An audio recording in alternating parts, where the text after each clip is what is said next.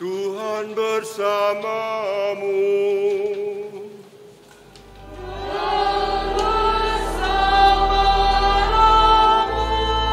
Inilah Injil suci Yesus Kristus menurut Santo Yohanes.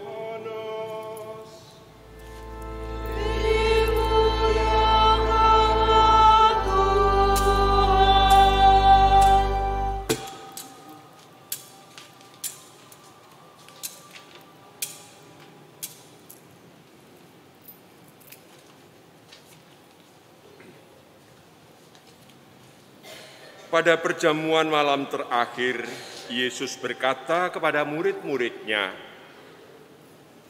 "Jika kamu mengasihi Aku, kamu akan menuruti perintah-perintah-Ku. Aku akan minta kepada Bapa, dan Ia akan memberikan kepadamu seorang penolong yang lain, yaitu Roh kebenaran, supaya Ia menyertai kamu selama-lamanya. Dunia tidak dapat menerima Dia, sebab dunia tidak melihat Dia dan tidak mengenal Dia. Tetapi kamu mengenal Dia, sebab Ia menyertai kamu dan akan diam di dalam kamu. Aku tidak akan meninggalkan kamu sebagai yatim piatu. Aku akan datang kembali kepadamu. Sesaat lagi dunia tidak akan melihat Aku, tetapi kamu melihat Aku. Sebab Aku hidup dan kamu pun akan hidup.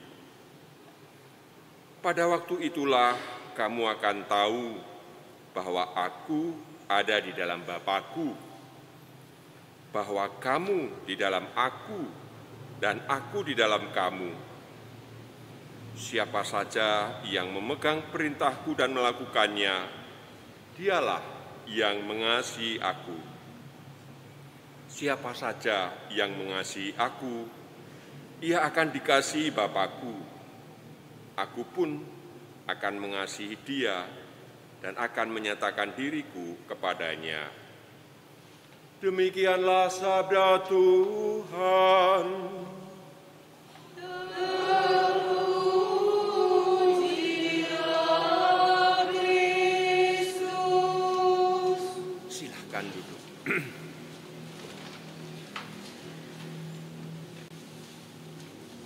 Bapak, Ibu, saudara-saudari sekalian, dan anak-anakku yang dikasihi Tuhan, masa antara Paskah dan Pantekosta adalah sebuah masa istimewa, disebut masa mistagogi, masa di mana gereja membeberkan rahasia atau membeberkan kisah tentang penebusan Kristus mulai sengsara, wafat, dan kebangkitan.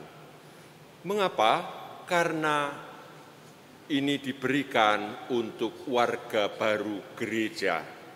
Biasanya pada perayaan Paskah, gereja melakukan pembaptisan, dan warga baru ini kemudian diistimewakan dengan cara diberi cerita yang khusus itu.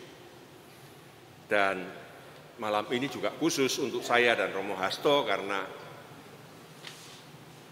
kami sejak sebelum tahun 2000 sudah bersama-sama belajar di Roma, lalu tahun 2000 saya masuk berkarya di Seminari Tinggi, Romo Hasto sudah ada di situ, lalu sekarang Romo Hasto yang misa, saya, Romo Subana, diminta untuk memberi khotbah. Jadi ini sesuatu yang istimewa juga.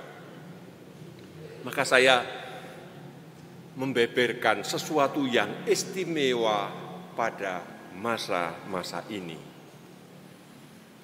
Walaupun Misteri penebusan itu ditujukan kepada baptisan baru, lalu kita yang sudah lama dibaptis, bahkan saya sendiri menerima baptis ketika masih bayi dan tidak paham dengan banyak hal, lalu di dalam masa mistagogi itu juga ikut merasakan keistimewaan itu. Ikut dipupuk, ikut dibaharui pengetahuannya, ikut dibaharui kekayaan imannya. Maka kalau kita perhatikan di halaman depan teks misa ini, lalu ada tulisan Minggu Paskah ke-6 garis miring trek A. Tahun depan akan ditemukan Minggu Paskah ke-6 garis miring B. Lalu nanti itu ada A, B, C. Maksudnya apa ini?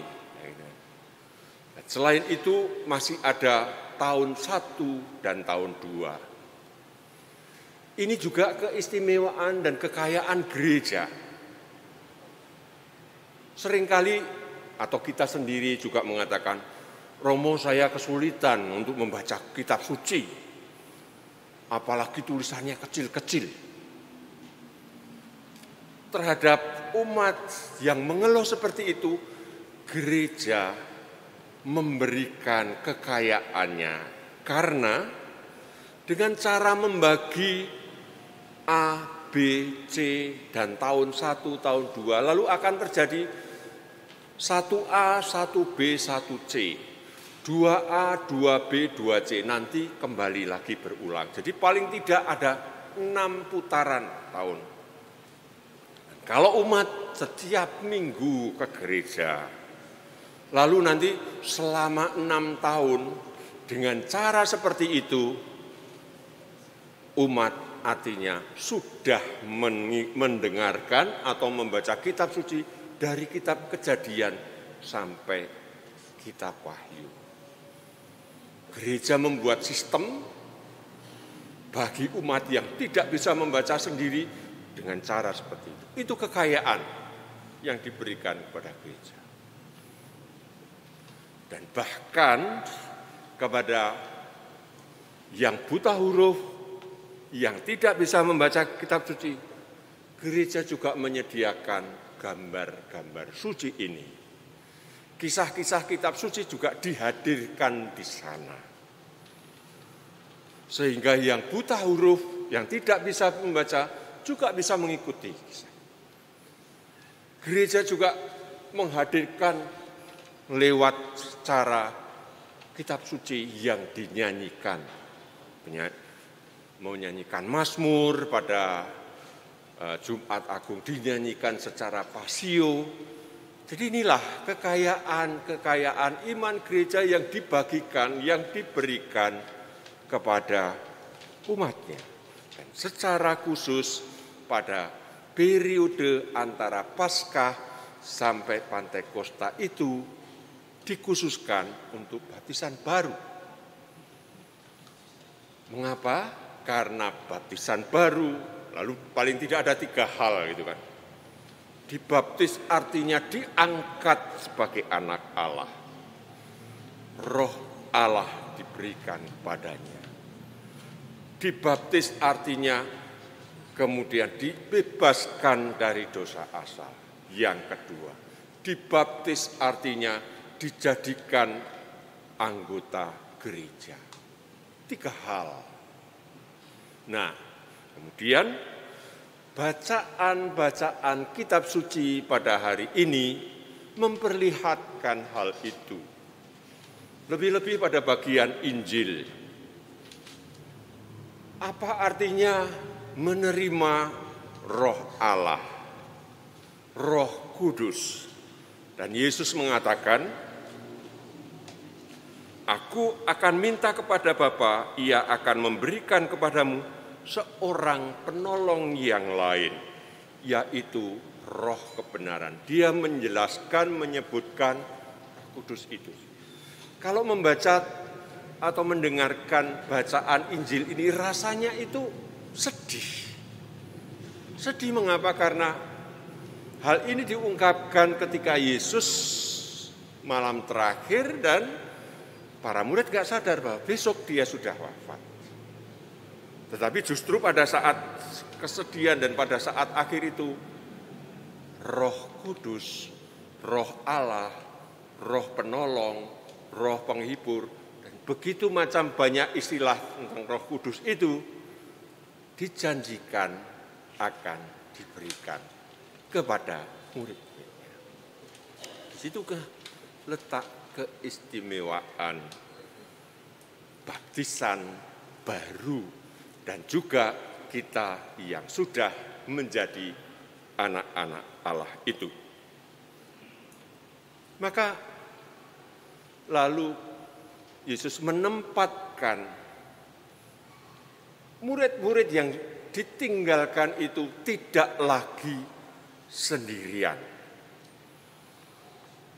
Masa kecil kita, masa kanak-kanak kita, atau juga kadang-kadang kita, kalau jalan sendiri atau berada dalam sendiri, lalu merasa ada kekhawatiran, ada takut sendiri. Dalam hal ini, lalu teks atau pesan Yesus ini, Roh Kudus, Roh Allah, Roh Penghibur, Roh Kebenaran akan diberikan kepadamu. Lalu kita mendapat banyak cara yang menyadarkan dan menempatkan kita, entah itu disebut sebagai malaikat penolong atau malaikat pendamping, entah itu disebut sebagai santa atau santo pelindung, yang membuat kita merasa enggak, saya tidak sendirian. Karena hal yang diberikan itu. Dan sejak gereja perdana, sejak awal murid-murid Yesus, lalu ceritanya ada di dalam Kisah Para Rasul. Kalau di dalam Injil yang disebut murid itu hanya 12, maka di dalam Kisah Para Rasul ada Paulus, ada Stefanus, ada Filipus yang lalu, yang di Injil hanya disebut 12, tetapi di Injil juga ada menyebut 70 murid Yesus yang lain. Di Injil disebutkan para perempuan-perempuan yang melayani Yesus. Di Injil disebutkan banyak orang, 5.000 orang. Lalu kita bisa menempatkan itu. Kisah Para Rasul menjadi bagian yang menjelaskan tentang ini. Bahkan kalau kita memperhatikan atau mendengar, ada kisah Paulus yang semula mengejar-ngejar orang Kristen. Kemudian perjumpaannya yang personal dengan Roh Allah, Paulus diubah menjadi orang yang baru. Ada Stefanus dan lain-lain. Lalu kita melihat, dan khusus ini seperti kitab suci Roh Kudus. Kisah Para Rasul juga disebut kitab suci Roh Kudus. Kisah Para Rasul kalau dibaca seperti novel.